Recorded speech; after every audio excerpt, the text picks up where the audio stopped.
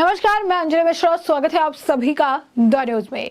आपको बता दें कि मध्य प्रदेश और छत्तीसगढ़ में जो आज वोटिंग थी वो अब खत्म हो चुकी है और बम्पर वोटिंग जो है दोनों जगह मध्य प्रदेश और छत्तीसगढ़ में रिकॉर्ड की गई है, जिसके स्पष्ट आंकड़े जो है वो कल आ जाएंगे। लेकिन अभी के लिए हम आपको बता दें कि छत्तीसगढ़ में अंतिम चरण का जो मतदान था अब खत्म हो चुका है। तो वहीं अंतिम चरण में 70 सीटों पर मतदान हुआ और सबसे ज्यादा जो है पाटन में 66.87% जो है वोटिंग हुई है। सबसे कम रायपुर ग्रामीण में 38.20% मतदान हुआ है।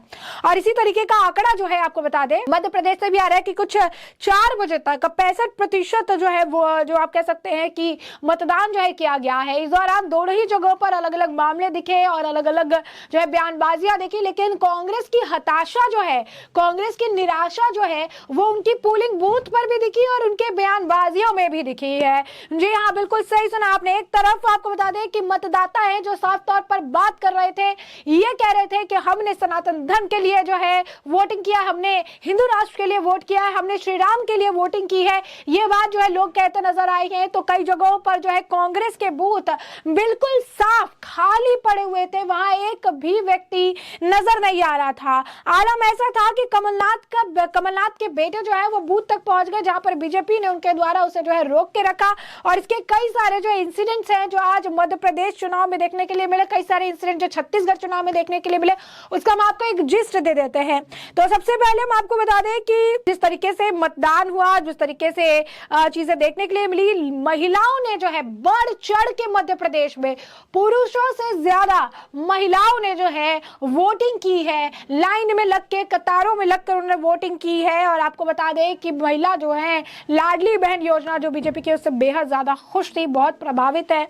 शिवराज सिंह चौहान को अपना भाई बताती है। जब आज उन्होंने वोटिंग उन्होंने की, वोट देने गए थे अपनी पत्नी के साथ, उस दौरान भी महिला उनके लिए चंदन तिलक, उनके लिए मिठाई लेकर वहां पर मौजूद थी। और उन्होंने जो है काफी उनके लिए कह रही थी कि हमने अपने भाई के लिए वोट किया है, हम जो है चाहते हैं कि हमारा भाई, हमने लाडली बहन योजना के तहत काफी हमें फायदा जो है पहुंचाया है।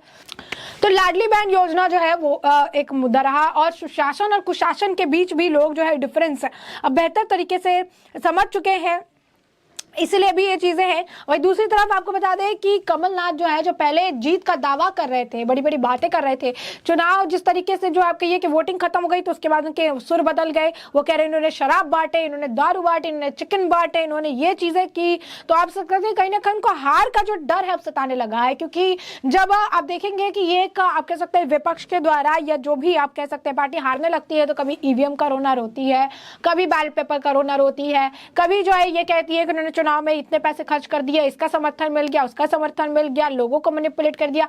तो ये जब चुनाव हारने वाली सिचुएशन होती है तो इस तरीके की बयानबाजियां जो इनके द्वारा की जाती है। और ऐसा ही कुछ होता हुआ यहाँ पर भी नजर आ रहा है। तो आप देखिए कि किस तरीके से चीजें देखने के लिए मिल रही है। वहीं आपको बता दें कि सीधी विधानसभा में तो कांग्रेस के प्रत्याशी ज्ञान सिंह के खिलाफ एफआईआर तक कर दी गई, क्योंकि कांग्रेस प्रत्याशी अपने समर्थक के साथ भाजपा प्रत्याशी रीति पाठक के घर पहुंचकर गाली गलौज तक करने लगे, जानलेवा हमला करने लगे। गुंडे कांग्रेसी जो है, अगर आप कहेंगे कि लोग लिख रही है बीजेपी मध्य प्रदेश में कि गुंडे कांग्रेसी को जनता जवाब देगी, यानी हार की बौखलाहट इस कदर है, हार की बौखलाहट इस लेवल पे है कि एक शब्द, एक बात, एक चीज जो है उनसे बर्दाश्त नहीं होती है।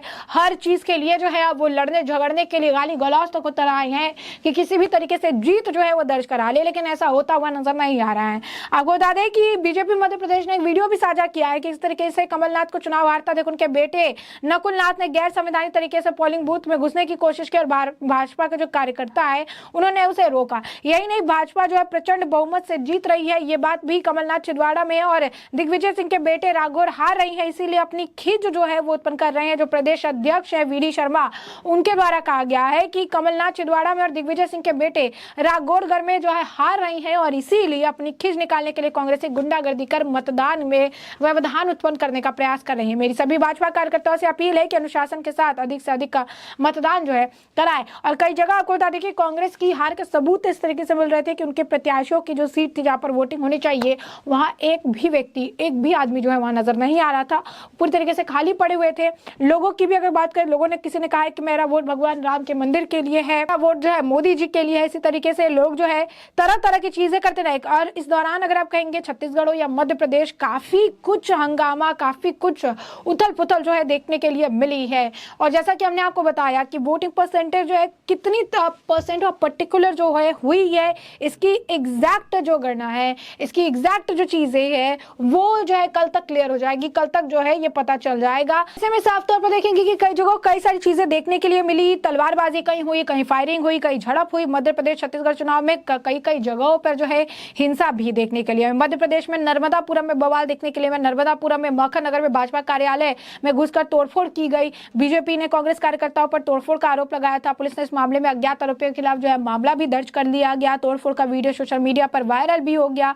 तो बीजेपी कार्यकर्ताओं ने पुलिस के सामने जो है जमकर नारेबाजी की और कांग्रेस कार्यकर्ताओं पर कार्रवाई की जो मांग है वो भी की। मुरैना में तो गोलियां चल गई। वोटिंग के दौरान मुरैना के 2 सीटों पर बवाल हो गया, पहले दिमनी और उसके बाद जौरा विधानसभा खिजौरिया गांव में झड़प हो गई। आपको बता दें कि खिजौरा में जमकर पथरा हुआ, लाठियां चली, कांग्रेस और बीजेपी कार्यकर्ता भिड़ गए, गोलीबारी भी यहां देखने के लिए। इंदौर में भी भाजपा और कांग्रेस के कार्यकर्ता भिड़ते नजर आए। इंदौर में भी कांग्रेस और भारतीय जनता पार्टी के समर्थकों के बीच मारपीट हो गई, जिसके बाद पुलिस ने बल प्रयोग करना पड़ा। कांग्रेस नेता दिग्विजय सिंह ने कहा कि ये जो हो रहा बहुत गलत है, शर्मनाक काम हो रहा, पुलिस ने कार्रवाई जो है करनी चाहिए। मुझे उम्मीद है कि प्रशासन ठीक से काम करेगा, पुलिस दबाव में काम कर रही है, वो बोल रहा है। यानी जब हार सिर पे होती है तो इस तरीके की बयानबाजियां इनसे आने लगती है कि पुलिस दबाव में काम कर रही है, इन्होंने ये बांटे हैं, इन्होंने वो बांटे हैं, ये सारी चीजें। तो कहीं ना कहीं अपना जो ग्राउंड है वो छत्तीसगढ़ में और मध्य प्रदेश में तो ये लूज करते हुए नजर आ रहे हैं। रायपुर में आपको बता, रायपुर में बीजेपी कांग्रेस कार्यकर्ताओं में मारपीट हुई। छत्तीसगढ़ के रायपुर में भाजपा और कांग्रेस कार्यकर्ताओं के बीच मारपीट हुई। वहां थाने में घुसे मुड़त और विकास समर्थकों के बीच जो है झमाझटकी जो है देखने के लिए मिली। टेबल पर चढ़कर सीएसपी को बीच बचाव करना पड़ा। बैनरबाजी, बस्ते में पैसे बांटने के आरोप में विवाद हो गया। बवाल बढ़ता देख हथियारबंद जवानों को थाने से बाहर तैनात किया गया। छत्तीसगढ़ में वोटिंग में धमतरी में नक्सली जो है हमला हुआ है। इसके बाद मौके पर फोर्स पहुंचकर जांच शुरू कर दी। तो कई कई जगहों पर कई कई तरीके की जो घटनाएं हैं वो देखने के लिए मिली, लेकिन इसके बाद भी बम्पर वोटिंग जो है छत्तीसगढ़ और मध्य प्रदेश में देखने के लिए मिली। मतदान अब समाप्त हो चुका है। जो आपका ये दूसरे चरण का मतदान छत्तीसगढ़ में था वो भी समाप्त हो गया है। 230 सीटों पर जो मतदान मध्य प्रदेश के लिए होना था वो भी समाप्त हो चुका है। रिजल्ट जो है वो रिजल्ट 3 दिसंबर को आने वाले हैं और जो आंकड़े जो है स्पष्ट आंकड़े हैं वो कल जो है साफ हो जाएंगे कि क्या कुछ जो है चीजें रही। लेकिन काफी कुछ मुद्दा रहा, मुद्दा भ्रष्टाचार से जुड़ा रहा, मुद्दा घोटाले से जुड़ा हुआ रहा, मुद्दा जो है वो लाडली बहन योजना से जुड़ा हुआ भी रहा। महिलाओं ने भी बढ़ चढ़कर वोटिंग की और बीजेपी ने यह दावा भी किया कि मध्य प्रदेश हो या छत्तीसगढ़, बीजेपी की जो जमीन है वो मजबूत है और मध्य प्रदेश में तो बीजेपी इतिहास रचेगी। 150 से पार जो है ये सीट बीजेपी हासिल करेगी, ये बात उनके द्वारा कही गई है। तो बयानबाजियां दोनों तरफ से हुई, झड़प भी दोनों तरफ देखने के लिए मिली है, लेकिन कांग्रेस अपनी हार को अपनी बौखलाहट से बताती हुई नजर आ रही है, जहां लगातार उनके तरफ से बयानबाजियां की जा रही है। तो ऐसे में हमने आपको जो पूरा मामला है ये बड़ा विस्तार से बताया है कि पूरा मामला क्या है और इस मामले पर आपकी भी जो राय हो हमें कमेंट सेक्शन में कमेंट करके जरूर साझा करिएगा। धन्यवाद।